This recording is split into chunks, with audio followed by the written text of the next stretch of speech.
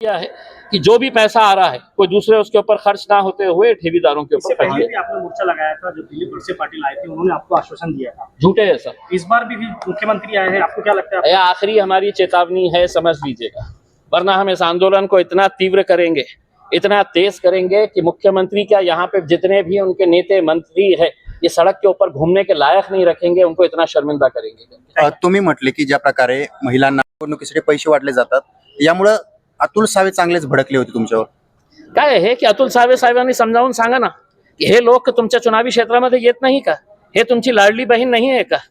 हे लोक काय म्हणू लागले की आम्हाला तुमच्या फुकटाचे पैसे नाही पाहिजे, आम्हाला आमच्या कष्टाचे जे हक्काचे पैसे आम्ही आयुष्यभर काम करून आम्ही ते पैसे टाकले होते ते पैसे आम्हाला अतुल साहेबांना सांगा की आमच्या समोर या, डिबेट करा। हे महिलांना अतुल सावे असं त्यांच्या समोर बोलले ना थोबाडीत मारतील ते। असं बोलण्याची हिम्मत कशी होती त्यांची? लोकांचे पैसे तुम्ही खाऊन बसलेले आहे, सहकार मंत्री होते तुम्ही, काय केलं तुम्ही? तुमच्या डिपार्टमेंटच्या नाकच्या खाली हे सगळं भ्रष्टाचार सुरू होता। तुमची जबाबदारी होती, इम्तियाज जलीलची नाही। तुम्ही मंत्री आहे, इतके मोठे मंत्री आहे, 2-2, 4-4 गाड्या घेऊन फिरतात तुम्ही, किती मंत्री आहे आणि माझ्यावर भडकता तुम्ही। या तुम्ही यांच्या समोर येऊन एकदा बघा, तुमच्यामध्ये हिम्मत असेल ना अतुल सावे साहेब, तुम्हाला सांगतो मी, तुमच्यामध्ये हिम्मत असेल तर एकदा हे सगळं तुमच्या ऑफिसवर पाठवतो, मग सांगा तुम्ही तुमचा हाल काय करतील। हे आमची लाडली बहीण जी आहे ना, माझी लाडली बहीण आहे, हे सगळं तुमची लाडली बहीण जी आहे ना ते सिल्लोड मध्ये बसलेले आहे आता सगळे। बरं, ह्या बहिणींच्या फौजीच्या माध्यमातून तुम्ही काय सांगाल सरकारला आणि योजनेच्या माध्यमातून? नाही काय आहे की तुम्हाला काय फुकटात द्यायचं आहे द्या, 2 महिन्यासाठी हे स्कीम इशारा दिला होता की एका मंत्र्याला शहरात फिरू देणार नाही, येऊ देणार नाही। काय आहे की हे प्रकरण जेव्हा आम्ही काल चर्चा केली पोलीस कमिशनरांसोबत, याचा हल कोण काढणार आहे तर मुख्यमंत्री साहेब काढणार आहे। तर आम्ही मुख्यमंत्री साहेबांना एक समजा लास्ट वॉर्निंग आम्ही दिलेली आहे की आता आमचा संयम ही तुटलेला आहे, जे ठेवीदार आहे त्यांचाही संयम तुटलेला आहे। आता याच्यावर काही ठोस कारवाई झाली नाही तर नक्की आमचं आंदोलन कशा प्रकारे तीव्र करता येते। म्हणजे दुर्दैव हेच म्हणावं लागेल की मुख्यमंत्र्यांसोबत जे नेते उभे होते ते सगळे या जिल्ह्यातले आहे, सगळे मंत्री। आदर्श प्रकरणी काय चर्चा झाली आणि काय रिएक्शन काय हे की मुख्यमंत्री साहेबांना मी सविस्तर सांगितलं की हे प्रकरण काय आहे आणि याच्यामध्ये लोकांना जे पैसे पाहिजे, आम्ही मुख्यमंत्री साहेबांना हे सांगितलं की जे प्रॉपर्टी ते ऑक्शन करत आहे आणि त्याचा पैसा जे मिळत आहे त्या पैशातून ते आपल्या सॅलरीवर खर्च करत आहे, लाईट बिलवर खर्च करत आहे, झेरॉक्सवर खर्च करत आहे। अशा बघितलं तर 2.5 कोटी रुपये त्यांना प्रॉपर्टी ऑक्शन करून मिळाले होते आणि 1 कोटी रुपये त्यांनी खर्च केले त्याच्यामध्ये, ते ऍडमिनिस्ट्रेटिव्ह एक्सपेन्सेस। मग हे लोकांचे पैसे जाणार कुठे? मग मुख्यमंत्री साहेबांनी सांगितलं की जे पैसा मिळते आपल्याला ते 1-1 रुपया जे आहे ते पहिले जे आहे ते यांना ठेवीदारांना द्यायला पाहिजे। आता त्यांनी विचारलं की किती पैसे आहे तर त्यांचं म्हणणं होतं DDRचा की 2.5 ते 3 कोटी रुपये आहे।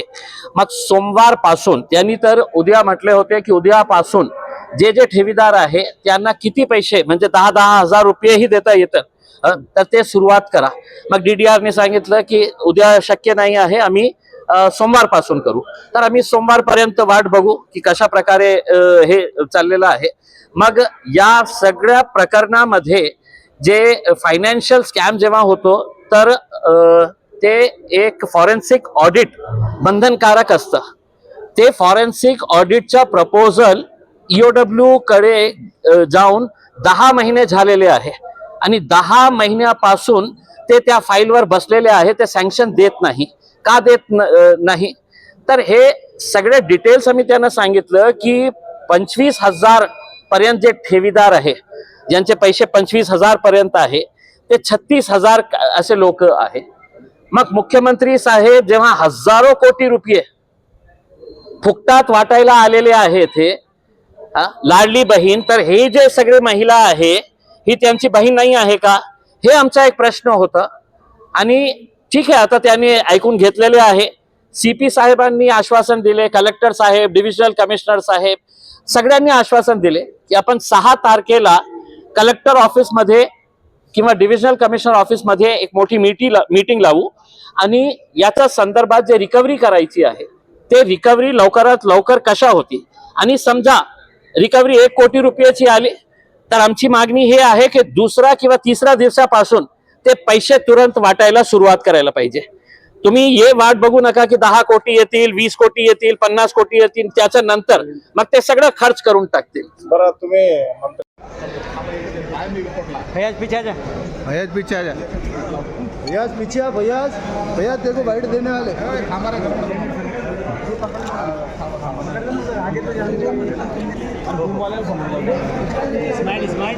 कुछ नहीं चाहिए. कोई सब्जी बेच रहा है, कोई छोटा मोटा कारोबार कर रहा है, ये मेहनत करके पैसा कमाना चाहते हैं, लेकिन आप 1,500 रुपये उनको सिर्फ लाडली बहन बोल के नहीं दे रहे हैं. अगर वो लाडली बहन है तो ये भी लाडली बहनें हैं उनकी. हाँ, इनके साथ क्यों भेदभाव किया जा रहा है?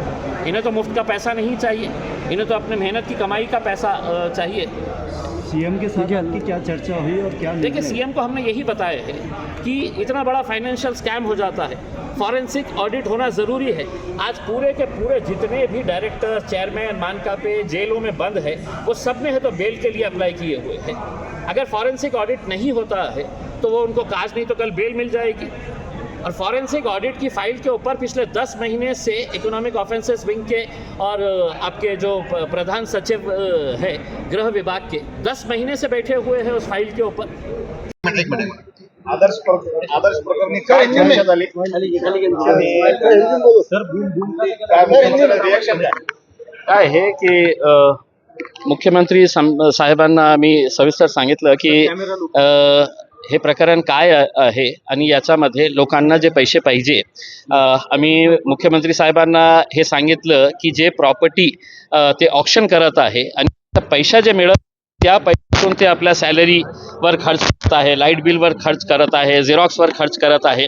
अशा बघितलं तर 2.5 कोटी रुपये त्यांना प्रॉपर्टी ऑक्शन करून मिळाले होते आणि 1 कोटी रुपये त्यांनी खर्च केले त्याच्यामध्ये, ते ॲडमिनिस्ट्रेटिव्ह एक्सपेन्सेस. मग हे लोकांचे पैसे जाणार कुठे? मग मुख्यमंत्री साहेबांनी सांगितलं की जे पैसा मिळते आपल्याला ते 1-1 रुपया जे आहे ते पहिले जे आहे ते यांना ठेवीदारांना द्यायला पाहिजे. आता त्यांनी विचारलं की किती पैसे आहे, तर त्यांचं म्हणणं होतं DDRचा की 2.5 ते 3 कोटी रुपये आहे. मग सोमवारपासून त्यांनी तर उद्या म्हटले होते की उद्यापासून जे जे ठेवीदार आहे त्यांना किती पैसे म्हणजे 10-10 हजार रुपयेही देता येतं, तर ते सुरुवात करा. मग DDRने सांगितलं की उद्या शक्य नाही आहे, आम्ही सोमवारपासून करू. तर आम्ही सोमवारपर्यंत वाट बघू की कशा प्रकारे हे चाललेलं आहे. मग या सगळ्या प्रकरणामध्ये जे फायनान्शियल स्कॅम जेव्हा होतो तर ते एक फॉरेन्सिक ऑडिट बंधनकारक असतं. ते फॉरेन्सिक ऑडिटचा प्रपोजल EOWकडे जाऊन 10 महिने झालेले आहे आणि 10 महिन्यापासून ते त्या फाईलवर बसलेले आहे. ते सँक्शन देत नाही. का देत नाही? तर हे सगळे डिटेल्स आम्ही त्यांना सांगितलं की 25,000 पर्यंत जे ठेवीदार आहे, ज्यांचे पैसे 25,000 पर्यंत आहे, ते 36,000 असे लोक आहेत. मग मुख्यमंत्री साहेब जेव्हा हजारो कोटी रुपये फुकटात वाटायला आलेले आहेत, हे लाडली बहीण, तर हे जे सगळे महिला आहे ही त्यांची बहीण नाही आहे का? हे आमचा एक प्रश्न होता. आणि ठीक आहे, आता त्यांनी ऐकून घेतलेले आहे. CP साहेबांनी आश्वासन दिले, कलेक्टर साहेब, डिव्हिजनल कमिशनर साहेब सगळ्यांनी आश्वासन दिले की आपण 6 तारखेला कलेक्टर ऑफिसमध्ये किंवा डिव्हिजनल कमिशनर ऑफिसमध्ये एक मोठी मीटिंग लावू आणि याच्या संदर्भात जे रिकव्हरी करायची आहे ते रिकव्हरी लवकरात लवकर कशा होती आणि समजा रिकव्हरी 1 कोटी रुपयाची आली तर आमची मागणी हे आहे की दुसरा किंवा तिसऱ्या दिवसापासून ते पैसे तुरंत वाटायला सुरुवात करायला पाहिजे. तुम्ही हे वाट बघू नका की 10 कोटी येतील, 20 कोटी येतील, 50 कोटी येतील, त्याच्या नंतर मग ते सगळं खर्च करून टाकतील. बरं तुम्ही मंत्र्यांना शहरात पाय ठेवू देणार नाही असे म्हटले होते, पण मुख्यमंत्री तर येऊन गेले. आता कसलं हे या संदर्भात आपण इशारा दिला होता की एकाही मंत्र्याला शहरात फिरू देणार नाही, जिल्ह्यात येऊ देणार नाही. काय आहे की हे प्रकरण जेव्हा आम्ही काल चर्चा केली पोलीस कमिशनरांसोबत, याचा हल कोण काढणार आहे? तर मुख्यमंत्री साहेब काढणार आहे. तर आम्ही मुख्यमंत्री साहेबांना एक समजा लास्ट वॉर्निंग आम्ही दिलेली आहे. की आता आमचा संयमही तुटलेला आहे, जे ठेवीदार आहे त्यांचाही संयम तुटलेला आहे. आता याच्यावर काही ठोस कारवाई झाली नाही तर नक्की आमचं आंदोलन कशा प्रकारे तीव्र करता येते. म्हणजे दुर्दैव हेच म्हणावं लागेल की मुख्यमंत्र्यांसोबत जे नेते उभे होते ते सगळे या जिल्ह्यातले आहे, सगळे मंत्री आहे. अतुल सावे साहेब सहकार मंत्री होते. अब्दुल सत्तार साहेब माझ्या जिल्ह्याचे पालकमंत्री आहे. प्रदीप जयस्वाल साहेब तिथे होते. म्हणजे इतके मंत्री आणि मोठे मोठे नेते असून सुद्धा हे गोरगरीब लोकांच्या बाबतीत कोणी विचार करत नाही. आणि तिथे तुम्ही 1 लाख महिलांना इकट्ठा केलेले आहे की हे सगळे माझे लाडली बहीण आहे. 2.5 कोटी 3 कोटी रुपयाचा स्टेज लावलेले आहे तुम्ही. त्या पैशातून हे लोकांना द्यायला पाहिजे होतं ना पैसे. का तुम्हाला फक्त आपल्या राजनैतिकसाठी हे सगळं कार्यक्रम करायचे आहे. दुसरं सर एक नाही, निवडणुकीपुरती 1,500 रुपये द्यायचं आणि मत मागायचं, हेच ऑफिशियल करप्शन कसा असू शकतं.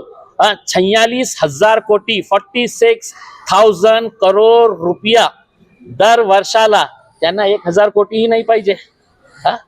100 कोटी रुपये दिले तर त्यांचं सगळं काम सुरळीत होतं या ठेवीदारांच्या. लाडकी बहीण तर लाडकी वोटर म्हणून पैसे देतात. या तुम्ही तुमच्या त्यांच्या कहीं पे निगाह है, कहीं पे निशाना.